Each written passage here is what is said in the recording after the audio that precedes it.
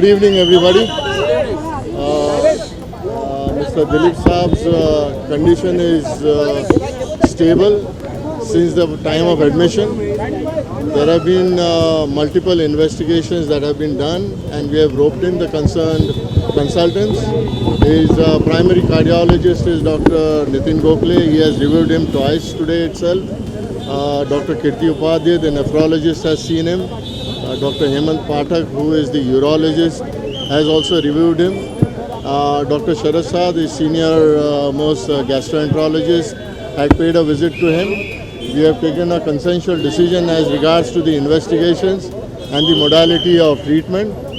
Certain investigations are still going on. He is stable at present, but we will keep a close watch on him for the next 48 hours or so.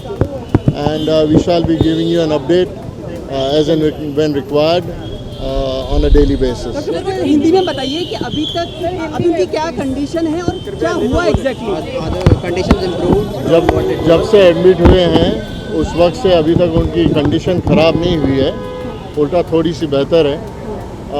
कुछ इलाज जो देना था उसके लिए हम लोग ने उनके जो दूसरे डॉक्टर्स जो हैं डिफरेंट स्पेशलिटीज़ के, वो लोग भी आए थे और हमने सब मिलकर तय कर लिया है कि क्या इन्वेस्टिगेशन करना है और कौन सी दवाइयाँ उनको देनी है। अगले 2 दिन महत्वपूर्ण के रहेंगे। क्योंकि हमें उसमें देखना है कि उनका प्रोग्रेस कितना हो रहा है। डॉक्टर नितिन गोखले कार्डियोलॉजिस्ट आए हुए थे, डॉक्टर कीर्ति उपाध्याय जो नेफ्रोलॉजिस्ट हैं वो थे, डॉक्टर हेमंत पाठक जो यूरोलॉजिस्ट हैं वो भी आए थे, doctor Sharad Shah who is the senior gastroenterologist वो भी आए थे, और डॉक्टर अनिरुद्ध फड़के उनको आके रिव्यू करने वाले हैं। कुछ टेस्ट और बाकी हैं विच आर स्पेशलाइज्ड टेस्ट, वो हम अभी कर रहे हैं। सर क्या कुछ सीरियस है आप ये बताएं, मतलब like is he very serious, मतलब एक्चुअली में हुआ क्या है कुछ हमें पूरा बताएं जरा। No, he has come with, उनको इन्फेक्शन हुआ था, लंग्स में इन्फेक्शन हुआ था, उनको बुखार था और थोड़ा जिसे हम कहते हैं सेप्सिस या सेप्टिसीमिया, तो वो कंट्रोल में लाना चाहिए। उम्र का तकाजा है, he is 94 years old, so we have to be extra cautious in giving the treatment also and doing the investigations also. क्या उनकी हिस्ट्री है? हिस्ट्री फॉर दिस की, मतलब पहले भी उनका ऐसा हुआ है? नहीं, इस उम्र में तो निमोनिया किसी को भी हो सकता है। उन्हें बुखार आया था, 2-3 उल्टियाँ हुई थी, थोड़ा एस्पिरेशन भी हुआ था, WBC काउंट भी बढ़ चुके थे और जो इन्फेक्शन के मार्कर थे वो भी हाई थे। He was facing problem while breathing. Is that has improved? That is improved, that is not deteriorated. उनका ऑक्सीजन सैचुरेशन वगैरह सब सही है।